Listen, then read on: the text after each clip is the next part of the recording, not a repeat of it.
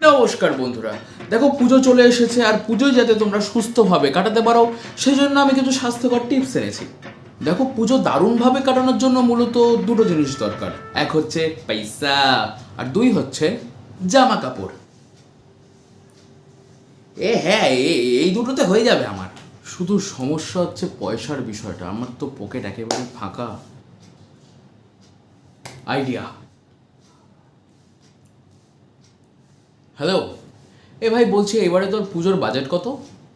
দেখ, বাজেট বলতে মানে এবছর আমি একটু ওই সেভিংস করেছিলাম, তো তাই ওই মোটামুটি 7-8 হাজার আছে। কিন্তু কেন বলতো? আরে ঠিক আছে ঠিক আছে, আরে ওতে আমারও হয়ে যাবে। আর ঠিক আছে, রাখছি। হ্যাঁ, ব্যাস ঝামেলা মিটে গেল। হ্যালো বাবা, আবার আমাকে এর দত্তক নিতে হবে ঠাকুরপো। আর এর পরে আসে হচ্ছে জামা কাপড় নিয়ে বাড়ির লোকের কাছে ভিক্ষে চাওয়া। বাবা আমার কি বিয়ে হবে না? বাবা বলছি, পুজো তো চলেই এলো, তো ওই জামা কাপড় আর হাত খরচাটা যদি। হ্যাঁ, পুজো এসেছে মানে বাবার পেছনে তো বাঁশ দিতেই হবে, তাই না?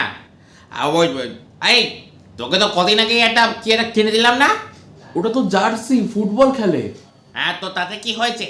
আরে আমাদের সময় আমরা বস্তা পরে ঘুরতাম, ঠিক আছে? আমাদের না অত ফোটানি ছিল না। হ্যাঁ, আরে একবার তো পয়সার অভাবে আমরা কলা পাতা পরে ঘুরেছি, জানিস না? এটা মনে হয় বেশি বাড়াবাড়ি হয়ে গেল। ঠিক আছে, আমি আগের বার যা দিয়েছি সেগুলোই পর, আমি দেখছি পরের বার। বাবা, আচ্ছা সে নয় পুরনো জামা কাপড় পরেই কাটালাম, অন্তত কিছু টাকা তো দাও হাত খরচা পুজোর। হ্যাঁ, তোকে আর তোর মাকে হাত খরচা দিতে দিতেই তো আমার পেছনটা পুরো লাল হয়ে গেল। হ্যাঁ, আবার পুজোতেও হাত খরচা। ঠিক আছে, তোকে না হয় আমি 50 টাকা দিয়ে দেবো, খরচা করিস। আবার মা কি বোম ফেলবে কে জানে। 50 টাকা? আরে 50 টাকা কি হবে, বড় তো একটা ব্লু এর প্যাকেট। মানে মানে বাবা, কমসে কম 1000-দেড়েক টাকা তো দাও। কত? 1,500? 1,500? হ্যাঁ, ওরে শালা, আমাদের সময় আমরা 5 টাকা পেতাম না রে। 5 টাকা কোনো রকমে পেতাম, ওই নিয়ে যেতাম, ঠিক আছে, মেলায়, পুজোর মেলায়। সেখান থেকে 3 টাকা খরচ করতাম আর 2 টাকা বাড়িতে ফেরত আনতাম। শালা হারামজাদা বলে কি না, আমি না এই বছরই মারা যাব। আরে আমি মারা গেলে না আমার প্রভিডেন্ট ফান্ডটা ভেঙে ওটাতে পুজোয় ওরাস, ঠিক আছে? বাবা বলে কি না 1,500। ওহ, আর এরপর যখন তুমি পুজোর আগে জামা কাপড় না পেয়ে বাড়িতে ভিখিরির মতো পড়ে আছো, ঠিক তখনই তোমার বাড়িতে আসবে কিছু চাঁদা কাকা। প্যান্টে তালি কালি পকেট খালি। নমস্কার মাসিমা, কেমন আছেন? শুভ শারদীয়ার প্রীতি শুভেচ্ছা। মাসিমা, ওই শুভেচ্ছা থেকে মনে পড়লো, আপনাদের ফ্ল্যাটের উপর একটা শুভেচ্ছা বলে মেয়ে থাকতো না, কোথায় গেছে বলুন তো? হ্যাঁ, নমস্কার নমস্কার। ও শুভেচ্ছা তো অন্য জায়গায় চলে গেছে, ওর বাবা মাকে নিয়ে অন্য জায়গায় চলে গেছে এখন। ও, আমি একটু ক্যাচুয়াল করি বলে শুভেচ্ছা আমাকে একা ফেলে চলে গেল। ইয়ে, সব দুঃখ ভরা পুজোয় মদ খেয়ে ফেলাবো। মাসিমা বলছি, পিল্টু কোথায়? পিল্টুকে দেখছি না। পিল্টু তো কোচিংয়ে পড়তে গেছে, মানে ওর তো পুজোর পরেই তো পরীক্ষা, সেই জন্য। আরে মাসিমা, এই পূজার সময় না ছেলেপুলেদের পড়াশোনা করাবেন না। ওদেরকে এই সময় বোন বসে বলুন তো? একটু পুজোর সময় মেয়ে নিয়ে ঘুরবে, একটু মদের বোতল নিয়ে ঘুরবে। হ্যাঁ, এটাই তো ছেলেপুলেদের জীবন। ও যাকে বলছিলাম, এবছর তো পুজোয় বিরাট বড় থিম হচ্ছে আমাদের পাড়ায়। তো এবার একটু চাঁদার অ্যামাউন্টটা বেড়েছে, ওই 1000 টাকার মতো লাগবে, ঠিক আছে?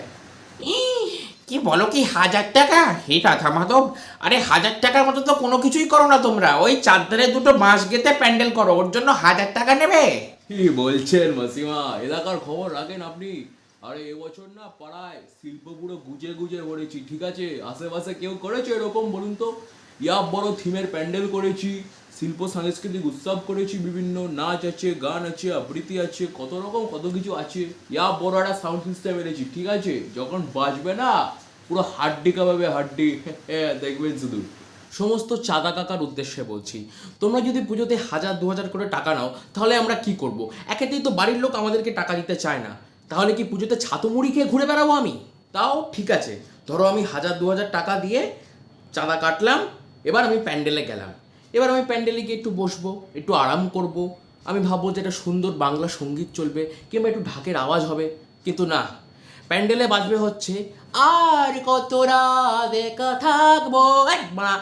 প্রথমত সরকারের কাছে আমার একটাই আবেদন, যার জীবনে এত দুঃখ, যে আজীবন রাতের বেলা একা থাকলো, তাকে দয়া করে একটা নরম আর বড় কোলবালিশ দেওয়া হোক, না হলে তার বিয়ে দিয়ে দেওয়া হোক।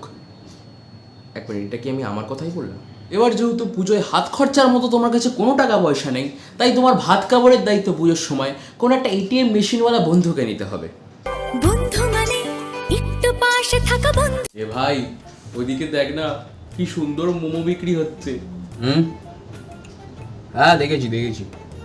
দেখ দেখ ভাই, মোমোটা টিপলেই ভেতর থেকে পচ করে জুস বেরোচ্ছে, দেখ।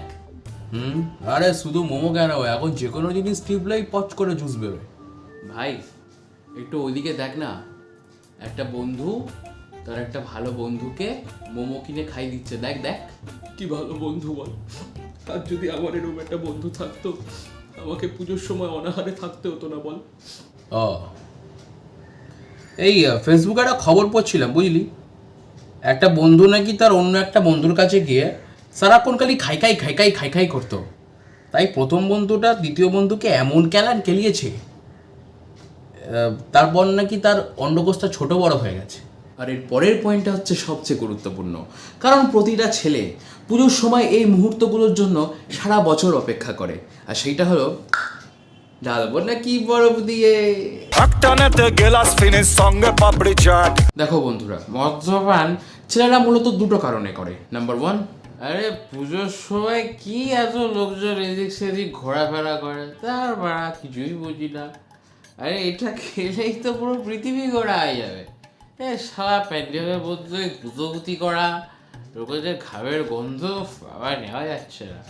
আচ্ছা বলো, মা দুর্গা একটা সুন্দর জীবন দিয়েছে, মদ খাও আর পদুলটে ঘরে পড়ে থাকো।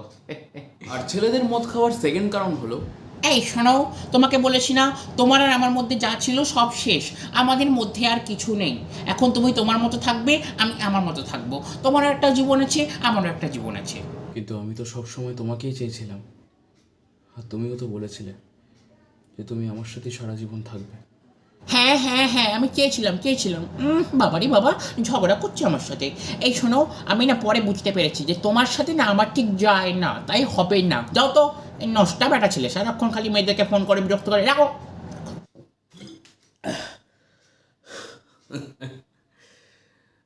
নারী বড় অদ্ভুত জিনিস, তাই না? কত সহজে বলে দিল যে তোমার সাথে আমার এখন আর যায় না। বাট এ ভাই, এত মাল খাসনি, কিডনির পোত মারা যাবে। বোধ, যবে থেকে ওকে আমি ভালোবেসেছি তবে থেকেই তো আমার পোদ মারা যাচ্ছে। তুই কি ভাবছিস আমি ওকে ভোলার জন্য মদ খাচ্ছি? না না, যাতে ওকে আমার চিরকাল মনে থাকে সেই জন্যই আমি মদ খাচ্ছি। শুভেচ্ছা, তুমি চিরকাল আমার হয়ে থাকবে। আর এই সমস্ত ক্যাচাল বাবাল দিতে দিতেই পুজোটা কেটে যাবে, কিন্তু খতম করার আগে যেসব আত্মীয়রা পুজোর আগে হাতে 500 টাকা ধরিয়ে দিয়ে বলো, বাবু কিছু খেয়ে নিস, ঠিক আছে, পুজোতে কিন্তু আনন্দ করবি। একটা কথা বলে রাখি, মানে ধরো পুজোর আগে আমি একটা ঠিকঠাক চুল কাটলাম ভালোভাবে, একটা সানগ্লাস পরলাম আর একটা ভালো জামা পরলাম, নিচে প্যান্ট কেনার টাকা নেই, ভালো লাগবে? মানে তোমরাই বলো, যদি আমার এই জামার তলা থেকে হাতির সুরের মতো যদি ওটা বেরিয়ে থাকে প্যান্ট না থাকার কারণে, দেখতে কি সবার ভালো লাগবে? তাই জন্য বলছি মিনিমাম ওই 1000-1500 টাকা দিও, তাহলেই পুজোটা কেটে যাবে। তো চলো ভাই, আজকের ভিডিও এই পর্যন্তই। পুজো এসে গেছে, আমি আর বেশি বকতে পারছি না। সমস্ত সিঙ্গেলদের উদ্দেশ্যে লাস্ট একটাই বার্তা দিচ্ছি, এবছর একটু চেষ্টা কর, দেখ যদি কিছু হয়, আর যদি না হয় মদ খেয়ে দিক সেদিক পড়ে থাক। ছোটরা ছুটি আনন্দ করো, বড়রা পরিবারের সবাইকে নিয়ে বেরো, আনন্দ করো, সাবধানে ঘরো ফেরো। আর হ্যাঁ, একটা কথা কিন্তু আমাদের ভুলে গেলে চলবে না, আমরা কিন্তু এখনও বিচার পাইনি, তাই উৎসবের আনন্দে বিচার চাওয়ার লড়াই কিন্তু ভুলে গেলে চলবে না। তাই এসো সবাই এবছর উৎসবের ভিড় আর মিছিলের ভিড় যেন এক হয়। টাটা।